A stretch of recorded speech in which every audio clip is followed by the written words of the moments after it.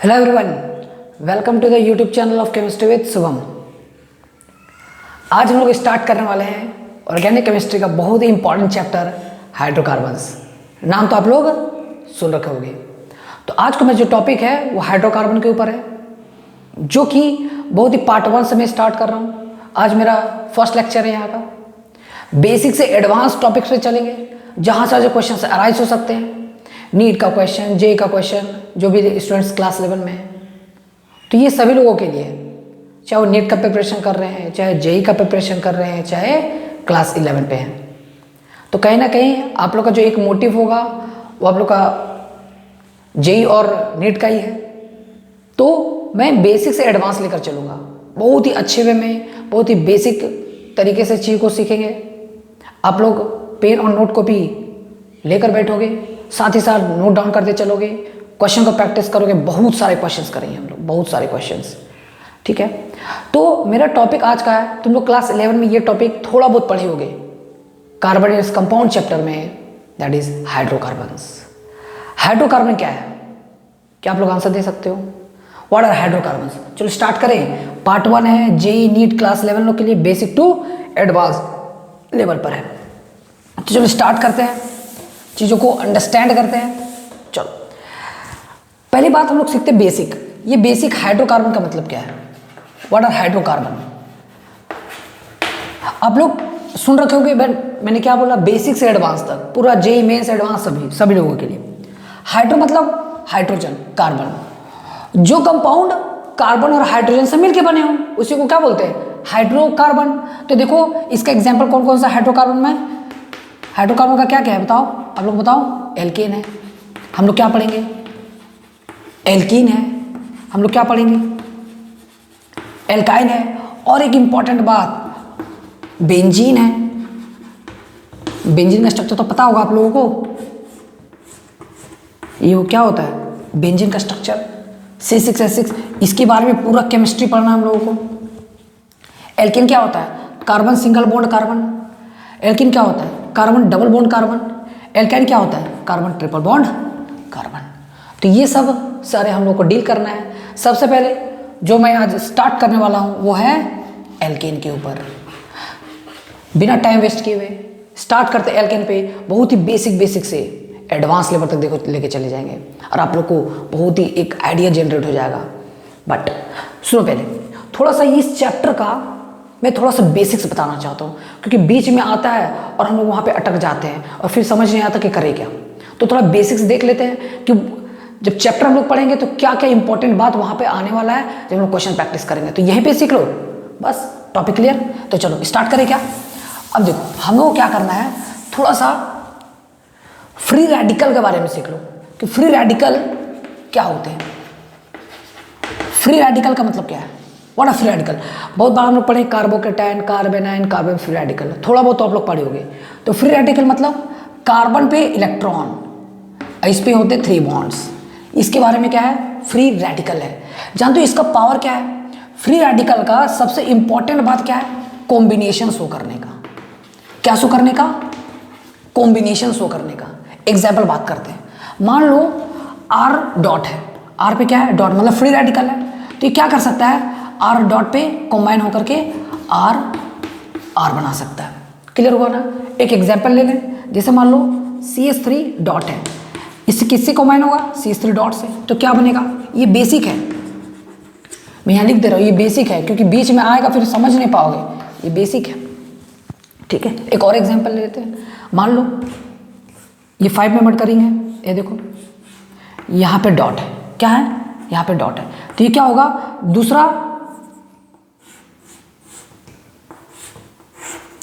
दूसरा डॉट से कॉम्बाइन हो जाएगा और क्या बना लेगा बताओ बच्चे लोग, बताओ क्या बना लेगा ये वाला? देखो ऐसा ऐसा ऐसा, इस तरह से बना लेगा, 5 मेंबर के रिंग्स बना लेंगे। क्लियर हो रहा है पॉइंट ना? तो इसको क्या बोलते हैं कि ये क्या शो कर सकता है? Free radical combination reaction show कर सकता है कि एक मॉलिक्यूल फ्री रेडिकल बनाया तो दूसरा उसी जैसा फ्री रेडिकल से अटैच हो जाएगा और क्या कर लेगा? वो एक सिंगल बॉन्ड बना लेगा। बट ये कौन सा करेंगे? ये कौन कौन सा ऐसा हो सकता है जो करेंगे उसके बारे में बात। ठीक है, तो चलो आगे बढ़े क्या, देख लो अच्छे से। यस, आप लोग आई होप समझ में आ गया होगा। तो फ्री रेडिकल के बारे में आइडिया हो गया ना। तो चलो अब स्टार्ट करने वाले हैं क्या हम लोगों का। जैसे मान लो कि हम लोग में कॉम्बिनेशन रिएक्शन किस तरह से आ सकता है, कि मान लो कि यहाँ पे है CH3Cl। अब एक ऐसा सिचुएशन आएगा कि यहाँ पे क्या बना जाएगा, यहाँ पे बन जाएगा Cl डॉट। तो क्या बन गया बताओ, यहाँ से Cl डॉट बन गया। और ये Cl डॉट क्या करेगा, एक और Cl डॉट, सॉरी ये जो CH3 डॉट है एक और CH3 डॉट के साथ क्या होगा, कंबाइन हो जाएगा। ये क्या है CH3 और यहाँ पे बन जाएगा डॉट। तो इससे क्या होगा ना, ये CH3 डॉट जो है वो एक और CH3 डॉट से कंबाइन हो जाएगा और क्या बना लेगा, इथेन। क्या बना लेगा, इथेन। क्लियर हुआ ना। बट ये कौन सा कर सकते हैं, ये हो सकता है कि 1 डिग्री अल्काइल हैलाइड हो सकता है ये 2 डिग्री अल्काइल हैलाइड हो सकता है। आया बात समझ में ना, ये 1 डिग्री अल्काइल हैलाइड हो सकता है या तो 2 डिग्री अल्काइल हैलाइड हो सकता है। तो अब हम लोग क्या करने वाले हैं, मान लो यहाँ पे एक क्वेश्चन करने वाले, जैसे मान लो CH3Cl, ठीक है। तो अब क्या होगा, मान लो ऐसा सिचुएशन हुआ कि यहाँ फ्री रेडिकल जनरेट हो गया। क्या जनरेट हुआ, यहाँ बॉन्ड को तोड़ोगे, यहाँ फ्री रेडिकल जनरेट हुआ। तो इसी का जैसा एक और फ्री रेडिकल आएगा। तो देखो मैं इसको हटा दे रहा हूँ Cl को, तो इसी का जैसा क्या होगा, इसी का जैसा यहाँ पर एक और यहाँ पर एक डॉट है ना, और एक यहाँ पे डॉट, और इसके साथ क्या हो जाएगा, कंबाइन हो जाएगा, यहाँ पे कंबाइन हो जाएगा। 1 2 3 4 आया समझ में ना। तो किस तरह से बॉन्ड बनेगा बताओ, CH3CH CH3 आई होप आप लोग क्लियर हो गया होगा। लेकिन ये कौन सा डिग्री है, ये 1 डिग्री या 2 डिग्री कॉम्बिनेशन कर सकते हैं अल्काइल हैलाइड। बट 3 डिग्री क्या करेगा, देखोगे ध्यान से, एकदम अच्छे से देखोगे। 3 डिग्री अल्काइल हैलाइड क्या करेगा, देखो जो 3 डिग्री अल्काइल हैलाइड है वो क्या कर सकता है, वो कर सकता है डिसप्रोपोर्शनेशन रिएक्शन। डिसप्रोपोर्शनेशन रिएक्शन कर सकता है। डिसप्रोपोर्शनेशन रिएक्शन क्या होता है, डिसप्रोपोर्शनेशन रिएक्शन क्या होता है, वो क्या कर सकता है कि जैसे मान लो कि 3 डिग्री अल्काइल हैलाइड है, क्या है 3 डिग्री अल्काइल हैलाइड है, तो क्या होगा देखो इस तरह से 3 डिग्री अल्काइल हैलाइड है ये वाला, इसी 3 डिग्री अल्काइल हैलाइड है। तो अब क्या होगा, तुम क्या करो, यहाँ बॉन्ड को तोड़ोगे और यहाँ पे एक डॉट और यहाँ पे एक डॉट दे दोगे और क्या बना लोगे, ये बनाओगे कि नहीं बनाओगे। इसी का जैसा एक और जुड़वा भाई आएगा और यहां से एक बॉन्ड बना करके इस तरह से CH3 बना लेगा। बट ये तो बनेगा, बट ये बनेगा माइनर। क्यों माइनर बनेगा, क्योंकि इसका जस्ट सिंपल सा रीजन है, क्योंकि इसमें बहुत ज़्यादा क्या होने लगता है, स्टेरिक कनॉन्ड्री होने लगता है, बहुत ज़्यादा इसका स्टेरिक हिंड्रेंस आ गया। और स्टेरिक हिंड्रेंस की वजह से 3 डिग्री जो अल्काइल हैलाइड है वो क्या कर सकता है, ये प्रोडक्ट बनाएगा बट बहुत ही कम बनाएगा। बट सर करेगा क्या, बट ये रास्ता उसके लिए अच्छा नहीं है। तो कौन सा रास्ता है, तो देखो क्या होगा, मैं एक और एग्जांपल लेता हूँ, CH3 बॉन्ड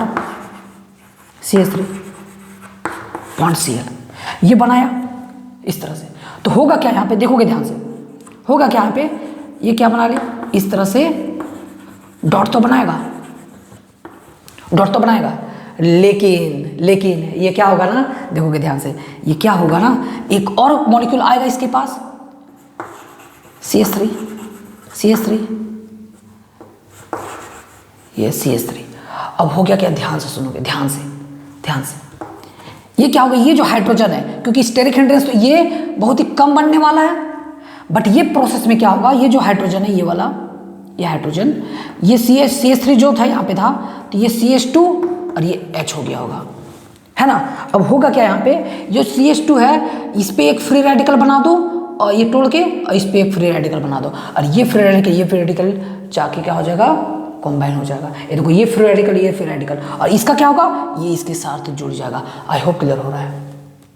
कौन सा करेगा, 3 डिग्री, तो क्या बनेगा, सुनोगे ध्यान से, इंपॉर्टेंट CH3 बॉन्ड CH3, देखो ध्यान से CH3, और ये देखो यहाँ पे फ्री रेडिकल था तो यहाँ CH2, अरे एल्कीन बन गया, और यहाँ क्या बन जाएगा, बताओ चलो क्या बन जाएगा, यहाँ पे बन जाएगा CH3 CH3 CH3 और यहाँ पे एक हाइड्रोजन जुड़ जाएगा।